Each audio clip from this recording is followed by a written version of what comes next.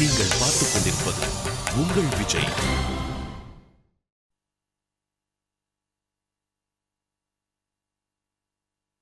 இவ்ளோ பெரிய நஷ்டமா? அதுவும் இந்த நேரத்துல போய் யாராவது இத பத்தி யோசிச்சு பாத்தீங்களா? சாந்தி, தயவு செஞ்சு நீ எதுக்குமே கவலைப்படாது. எல்லாத்தையும் நாங்க பாத்துக்கிறோம். ஆமாம்மா, இத பத்தி நீங்க யோசிக்க வேண்டிய அவசியமே இல்ல. நீங்க 2 பேர் மட்டும் கவலையா இருக்கீங்க. இத பத்தி யோசிக்க வேண்டாம்னு வேற சொல்றீங்க. எப்படி யோசிக்காம இருக்க முடியும்? நீங்களே பாக்குறீங்களக்கா, என்கிட்ட வந்து இவ சொல்றா இத பத்தி எல்லாம் யோசிக்காம இருங்கன்னு. ப்ளீஸ்மா, தயவு செஞ்சு தைரியமா இருங்க. ப்ளீஸ்.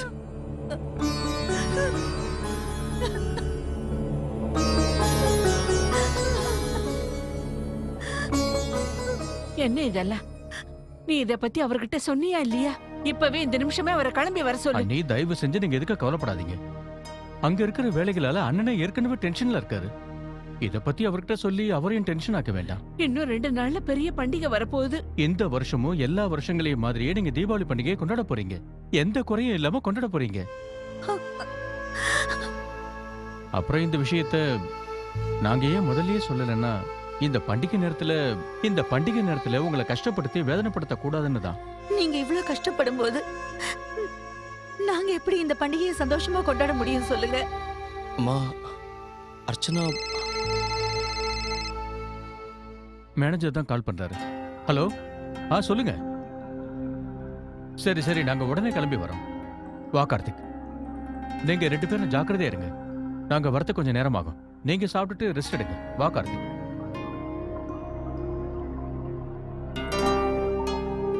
ஓகே குப்தா, எல்லாமே சரியாயிடும். நீங்க டென்ஷன் ஆகாதீங்க. அவங்கள கொஞ்ச நேரம் வெயிட் பண்ண சொல்லுங்க. நாங்க அங்கதான் வந்துட்டு இருக்கோம். ஆமா, அப்பாவும் என் கூட வராரு. அப்புறம் முடிஞ்ச மிஸ்டர் சர்மாவையும் வர சொல்லுங்க. ஆமா கார்த்திக். என்ன அம்மா? கார்த்திக், நேரமாச்சு, வாப்பா. சரி, நாங்க வந்துட்டே இருக்கோம். என்னக்கா இதெல்லாம்? நீங்களே இந்த மாதிரி அழுதீங்கன்னா எப்படி சொல்லுங்க? நம்மளே தைரியத்தை எழுந்துட்டோம்னா அப்புறம் அவங்களுக்கு யாரு இருக்கா? அவர் தான் சொல்லிட்டு போயிருக்காருல்ல, அவங்க நிச்சயமா சமாளிச்சிருவாங்க. இங்க பாருங்கக்கா, அர்ச்சனாவுக்கு இத பத்தி எல்லாம் தெரிஞ்சிருக்குமோ? இல்லம்மா சாந்தி, அவளுக்கு எதுவும் தெரிஞ்சிருக்காது.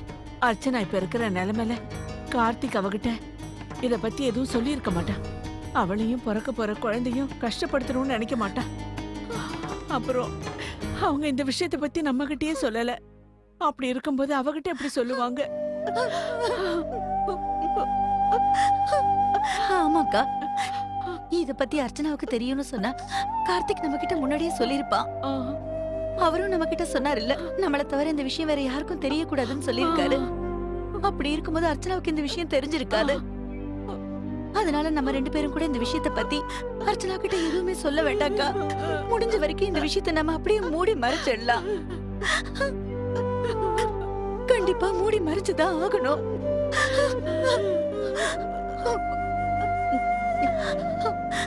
அழாதீங்கக்கா, நீங்க வாங்க, கீழே போலாம்.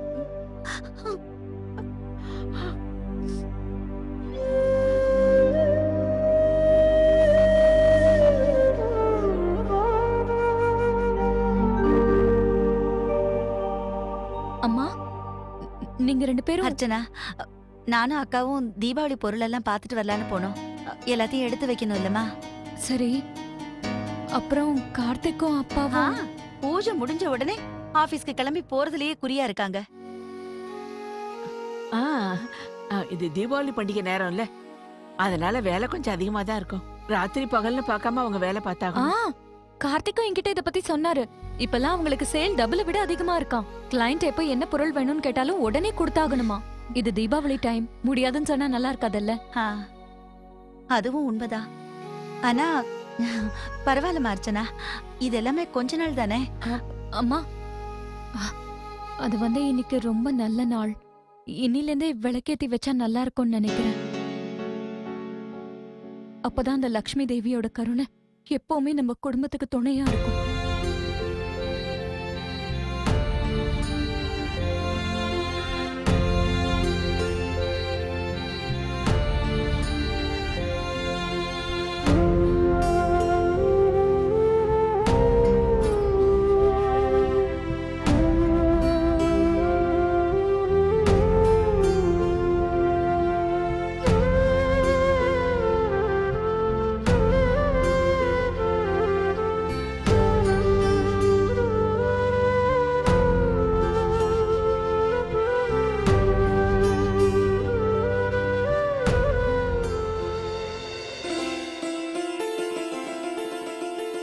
எல்லாருக்கும் வணக்கம்.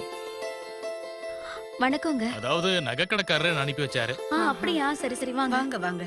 ஆமா, அவர் வரலையா? இல்லங்க, அவர் ஏதோ வேலை விஷயமா வெளியூர் போயிருக்காரு. ஓ. பண்டிகை நேரம் ஆச்சுங்களே, அதான். வந்து உட்காருங்க.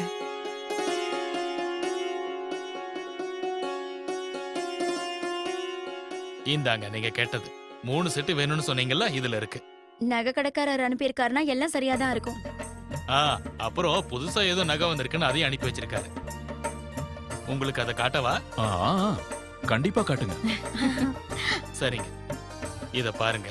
இதெல்லாம் புது டிசைன்ஸ். அப்புறம் இதையும் பாருங்க. வந்தனா வாமா, உனக்கு எது பிடிச்சிருக்குன்னு பார்த்து எடுத்துக்க. அம்மா, நான் தான் முதல்லயே வாங்கிட்டேனே. வந்தனா, ஏற்கனவே எடுத்தா மட்டும் என்ன? அது தீபாவளிக்காக தானே. அனன்யா பிறந்த நாளுக்காக இதை வாங்கிக்க. பாருமா. பரவாயில்லையே, இது ரொம்ப அழகா இருக்கு. அர்ச்சனாவுக்கு இந்த டிசைன் ரொம்ப நல்லா இருக்குல்லம்மா. அவளுக்கும் பெரிய பெரிய நகையெல்லாம் போட்டுக்கணும்னா ரொம்ப பிடிக்கும். நீங்க அவங்க வீட்டுக்கு போயிட்டு வந்தீங்களா? இந்த டிசைன் அர்ச்சனா காட்டுனீங்களா? அவங்க கிட்ட காட்டுனேன். ஆனா இத வேண்டாம்னு சொல்லிட்டாங்க. அவங்க அத்தை இதை வாங்கிக்கத்தான் சொன்னாங்க. ஆனா அவங்க தான் வேணாம்னு சொல்லிட்டாங்க. அப்படியா? அவ என்ன வாங்குனா? அவங்க ஒரு சின்ன பெண்டன்ட் செட் வாங்குனாங்க. பெண்டன்ட் செட்டா?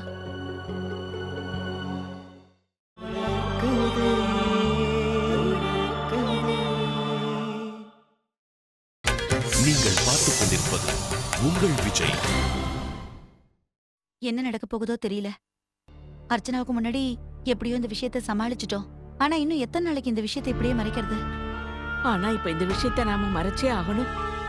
பண்டிகை வேற நெருங்கிடுச்சு. அர்ச்சனாவுக்கு வேற வளகாப்பு செய்யணும்னு நினைச்சிட்டு இருந்தோம். நம்ம குடும்பத்துக்கு ஒரு வாரிசு வர போற நேரம்.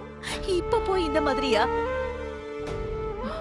முதல்ல உன் போனை என்கிட்ட கொடு. நான் இத பத்தி அவர்கிட்ட பேசி ஆகணும். கொடு. என்ன அப்படி பாக்குற? அவருக்கு போன் போட்டு கொடு. இல்ல வேண்டாம்க்கா. இத பத்தி மாமா கிட்ட சொன்னீங்கன்னா அவர் ரொம்ப டென்ஷன் ஆயிடுவாரு. இந்த விஷயத்தை பத்தி நாம அவர்கிட்ட சொல்லாம இருந்து வெளி ஆளுங்க மூலமா அவருக்கு தெரிஞ்சதுன்னா ரொம்ப கோவப்படுவாரு இல்ல? அவரோட கோவத்தை நாம தாங்க முடியாது. நீ போன் பண்ணு, நான் பேசுறேன் அவர்கிட்ட. இல்லக்கா வேண்டாம்க்கா. அம்மா சாந்தி, அவங்க 2 பேரும் ஆபீஸ்ல இருந்து வந்துட்டுமே. இவங்க 2 பேரும் இங்க இருந்து போகும்போதே சொன்னாங்கல்ல, நம்மள தவிர இந்த விஷயம் இன்னும் யாருக்குமே தெரியாதுன்னு. இவங்களே எல்லாத்தையும் சமாளிச்சுட்டாங்கன்னா அப்புறம் மாமா கிட்ட சொல்ல வேண்டிய அவசியமே இருக்காதுல்ல. அவர் இங்க இருந்திருந்தா நமக்கு இப்படி ஒரு நிலைமையே வந்திருக்காது.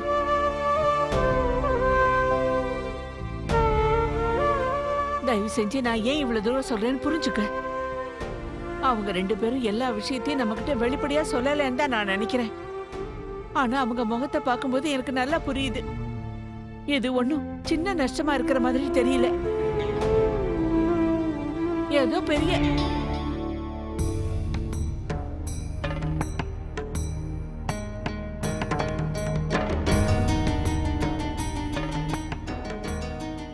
அம்மா,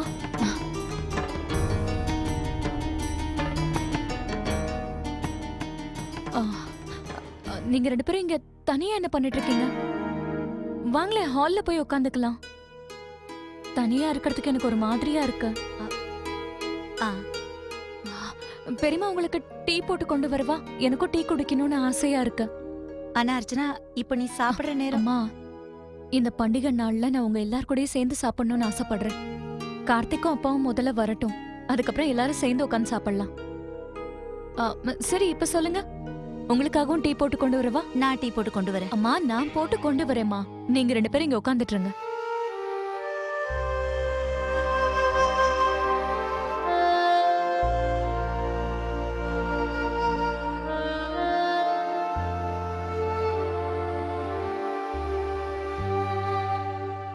எனக்கு அர்ச்சனா கிட்ட இத பத்தி பேச தைரியம் கிடையாது. நான் அவகிட்ட என்னன்னு சொல்றது? திடீர்னு வாங்கிட்டு வந்த லைட் எல்லாம் திருப்பி கொடுத்தா அர்ச்சனா என்ன நினைப்பா சொல்லுங்க? அந்த லைட் மட்டும் இல்ல, தேவையில்லாம நம்ம நிறைய பொருள் வேற வாங்கிட்டு வந்துட்டோம் இல்லக்கா. இதெல்லாம் தெரியாம நிறைய செலவு பண்ணிட்டோம். சொந்தக்காரங்களுக்கு கொடுக்கறதுக்கு தேவையான பொருள், லக்ஷ்மி நந்தினிக்கு தேவையான பொருள். இது பரம சாந்தி, லட்சுமிக்கு இது முதல் தீபாவளி. அவளுக்கு எல்லாமே நாம கொடுத்துதான் ஆகணும். ஆனா இப்ப நம்ம நிலைமை எப்படி இருக்குன்னு பாருங்கக்கா. நிலைமை எப்படி இருந்தாலும் சரி, சம்பிரதாயப்படி எல்லாம் செஞ்சுதான் ஆகணும். நாம நமக்காக எதுவும் வாங்கிக்க வேண்டாம். ஆனா பொண்ணுங்களுக்கு எல்லாம் கொடுக்கணும். அதுல எந்த குறையும் இருக்க கூடாது. இல்லக்கா, இதெல்லாத்தையும் எப்படி நம்ம சமாளிக்கிறது? நாம 2 பேரும் ஏதாவது யோசிக்கலாம் சாந்தி. ஏன்னா இந்த மாதிரி பண்டிகை அடிக்கடி வர்றதில்ல. ஏதாவது குறை இருந்துச்சுன்னா அப்புறம் சம்பந்திங்க கண்டபடி பேசுவாங்க. வாழ்க்கை மொத்தமும் அந்த பேர் அப்படியே இருந்துரும். உனக்கு ஞாபகம் இருக்கா, நந்தினி வீட்டுக்கு ஒரு தடவை கெட்டு போன ஸ்வீட் அனுப்பி இருந்தோம். அதுக்கு அவங்க எவ்வளவு பிரச்சனை பண்ணாங்க. இந்த மாதிரி நேரத்துல சின்ன தவறு நடந்துட்டா கூட அப்புறம் வாழ்க்கை முழுக்க அது பெரிய பிரச்சனை ஆயிடும். அவங்க நம்மள குறை சொல்ற அளவுக்கு நம்ம வச்சுக்க கூடாதுக்கா. கொஞ்ச நேரத்துக்கு முன்னாடி நாம 2 பேரும் சந்தோஷமா எல்லா ஏற்பாடுகளையும் செஞ்சுட்டு இருந்தோம். இது அவங்களுக்கு கொடுக்கலாம், இதை இவங்களுக்கு கொடுக்கலான்னு. சம்பந்திங்க வீட்டுக்கு வர நம்ம போகலான்னு நினைச்சோம். இதனாலதான் கார்த்திக் தங்க காயின் வேண்டான்னு சொல்லிட்டு வெள்ளி காயின் வாங்கிட்டு வந்திருக்கான் போல இருக்கு. பாவம், அவங்க 2 பேரும் ரொம்ப டென்ஷன்ல இருக்காங்க. போதாது நீ வேற அவனை திட்டிட்ட. எனக்கு எப்படி காயின் விஷயம் எல்லாம் தெரியும். எல்லா வருஷமும் சம்பந்திங்களுக்கு தங்க காயின் கொடுக்கறது தானே வழக்கம். ஆனா இந்த வருஷம்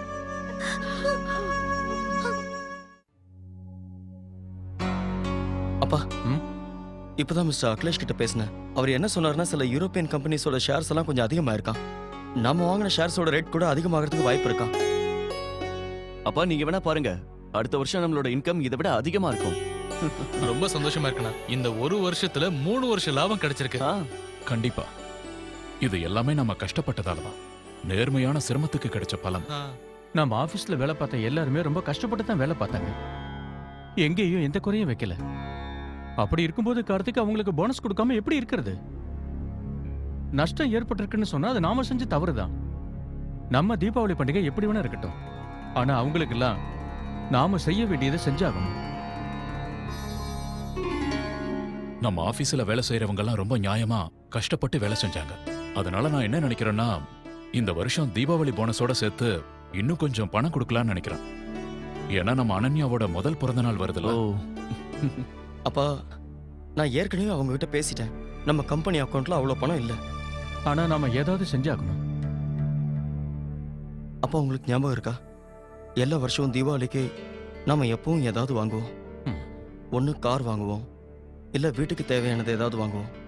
ஆனா இந்த வருஷம் அப்புறம் உனக்கு பெரிய வண்டி வாங்கணும்னு ஆசை இருக்குல்ல, அதனால பெரிய வண்டியை வாங்கிக்க. சரிங்கப்பா. ஆனா ஒண்ணு, அது அனன்யாவோட பிறந்த நாளுக்கு முன்னாடியே வாங்கணும். தேங்க்யூப்பா. நீ தயவு செஞ்சு ஒண்ணே ஒண்ணு மட்டும் பண்ணு. மேனேஜர் கிட்ட பேசு. மொத்த செலவும் எவ்வளவு ஆகும்னு எனக்கு எஸ்எம்எஸ் பண்ண சொல்லு. நான் ஏதாவது செய்ய முடியுமான்னு பாக்குறேன். மோகன் தான் கால் பண்றான். ஆ, ஆ.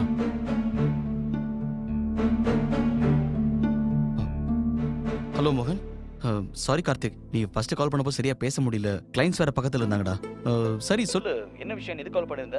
இல்ல அதெல்லாம் ஒண்ணும் இல்ல, சும்மா தான் கால் பண்ணேன். அது இந்த வருஷம் தீபாவளிக்கு முன்னாடி நம்ம மீட் பண்ணவே இல்லைல்ல, அதான் நான் ஃபோன் பண்ணேன். இதுதான் விஷயமா இல்ல வேற ஏதாவது இருக்கா? இல்ல வேற என்ன விஷயம் இருக்க போது சொல்லு. இல்லடா, நீ ஃபோன் பண்ணப்போ ஏதோ ப்ராப்ளம் ஆகுதுன்னு சொன்னீங்க, அதான். இல்லடா அதெல்லாம் ஒண்ணும் இல்ல. நான் நீ ரொம்ப நாளா வீட்டுக்கு வரல, அதான் உன்னை வர வைக்கிறதுக்காக அப்படி சொன்னேன். அதுவும் இல்லாம இந்த வருஷம் தீபாவளிக்கான ஏற்பாடை நாங்க ரொம்ப லேட்டா தான் செஞ்சிருக்கோம். அது என்ன பண்றது கார்த்திக், இது வேற புது ஜாப்ல, அதான் என்ன பண்றதுனே தெரியல. பரவாயில்ல விடு, ஐ கேன் அண்டர்ஸ்டாண்ட். ஆனா தீபாவளி அன்னைக்கு மீட் பண்ணுவோம்ல. அது என்ன தீபாவளி அன்னைக்கு? ஏன் நம்ம நாளைக்கு மீட் பண்ணா ஆகாதா? இல்ல நாளைக்கு வேண்டாம், அப்புறம் மீட் பண்ணலாம். நாளைக்கு நானும் அப்பாவும் ஒரு கிளைண்டோட வீட்டுக்கு போய் அவங்கள மீட் பண்ண வேண்டியது இருக்கு. சரி, அப்போ நம்ம நாளைக்கு மீட் பண்ணலாம். Okay, done. Bye by.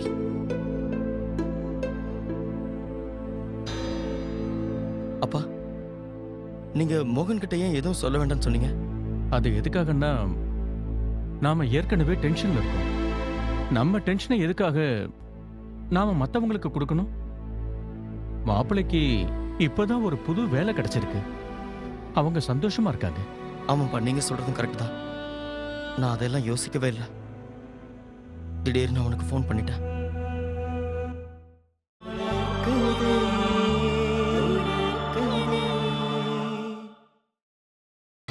நீங்கள் பார்த்துக் கொண்டிருப்பது உங்கள் விஜய். அம்மா அது வந்து அந்த லைட் இருக்குல்ல, ஆமாமா அர்ச்சனா, நானும் அதை பத்தி தான் பேசணும்னு நினைச்சிட்டு இருந்தேன். என்னாச்சுமா? அது அது வந்து அர்ச்சனா, அத வச்சதுக்கு அப்புறம் கூட அது பாக்குறதுக்கு ஒன்றும் அவ்வளவு அழகா இல்ல. அது என்னன்னா, கடையில அத பாக்குறப்ப ரொம்ப அழகா இருந்தது. ஆனா வீட்ல கொண்டு வந்து வச்சதுக்கு அப்புறம் அப்படி ஒன்றும் அழகா இல்லம்மா. அதனால நான் என்ன யோசிக்கிறேன்னா, நம்ம இதை திருப்பி கொடுத்துட்டா என்ன? ஐயோ அப்படியாம்மா? நான் சொல்லணும்னு நினைச்சதை நீங்களே சொல்லிட்டீங்க. நானும் உங்ககிட்ட இதே தான் சொல்லணும்னு நினைச்சேன். அது வந்து நீங்களே பாருங்களேன், நிறைய பணம் கொடுத்து இதை நம்ம வாங்கியிருக்கோம். அது நம்ம வீட்ல அழகா இல்லைங்கிறப்போ எதுக்கு நாம இதை வச்சுக்கணும்? ஆ, அம்மா சாந்தி, அர்ச்சனா சொல்றதா சரின்னு எனக்கு தோணுது. சரி பரவாயில்ல விடுங்கம்மா.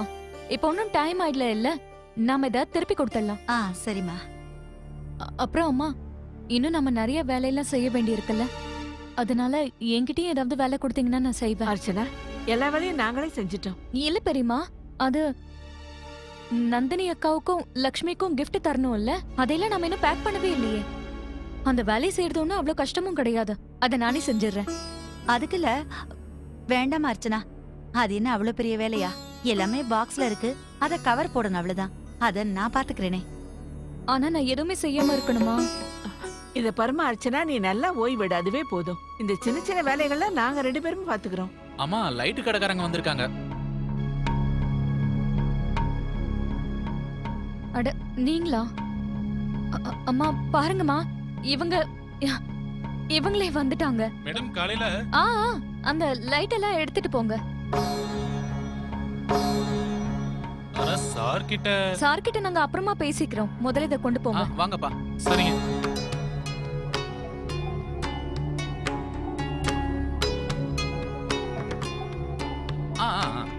நான் புடிச்சுக்கிறேன். நீங்க தைரியமா இருங்க, மெதுவா பாத்து.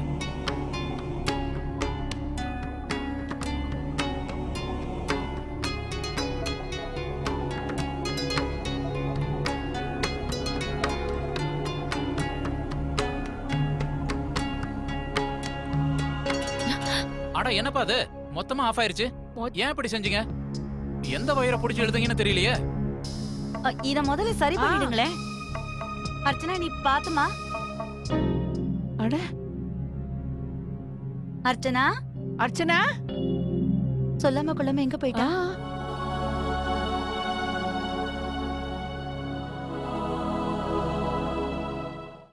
நான் ஒரு விஷயம் சொல்லட்டுமாமா? நான் என்ன யோசிச்சேன்னா, இந்த லைட் டெக்கரேஷன்ஸ் இதெல்லாம் எப்பவுமே வாங்குறது தானே. இந்த தடவை நம்ம இந்த மாதிரி விளக்கேத்தி வைக்கலாம். இப்படி ஏத்தி வச்சா ரொம்ப நல்லதுன்னு சொல்லுவாங்க. அதனால இந்த வருஷம்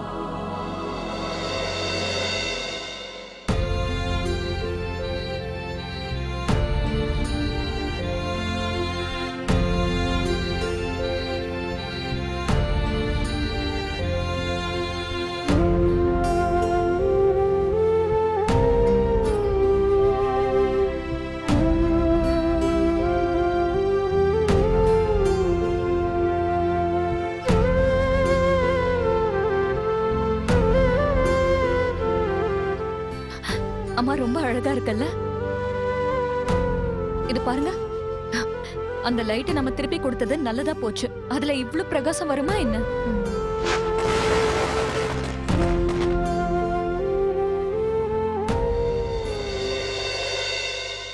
அக்கா,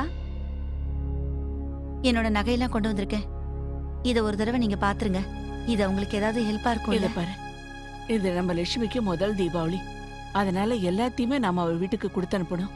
இத பாரு, நானும் என்னோட நகைகள்லாம் எடுத்து வச்சிருக்கேன். எல்லாத்தையுமே சேர்த்து வச்சு கொடுத்துடலாம். இத பாருங்கக்கா, இது இது என்னோட வளையல். நானும் அர்ச்சனாவும் ஒரே மாதிரி வளையல் வாங்கியிருந்தோம். இது வரைக்கும் நான் இத போடவே இல்ல. அர்ச்சனாவும் இத போட்டுக்கவே இல்ல. இதுல 2 அவங்களுக்கு கொடுத்துடலாம். 2 லக்ஷ்மிக்கு, 2 நந்தினிக்கு.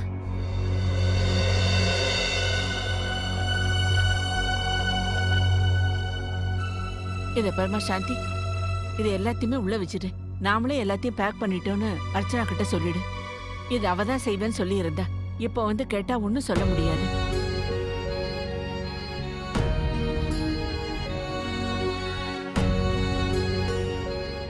லக்ஷ்மி, நந்தினி, அப்புறம் அர்ச்சனா, இவங்க 3 பேருமே என்னோட பொண்ணுங்க தான். நான் என்ன நினைச்சேன்னா, 3 பேருக்குமே ஒரே மாதிரி அழகான செட்டு வாங்கி கொடுக்கணும்னு நினைச்சேன். வேணும்னா நம்ம அப்புறமா வாங்கி கொடுக்கலாம் இல்லக்கா? இப்ப முதல்ல சம்பிரதாயப்படி நம்ம எல்லாத்தையும் செஞ்சிடுவோம்க்கா.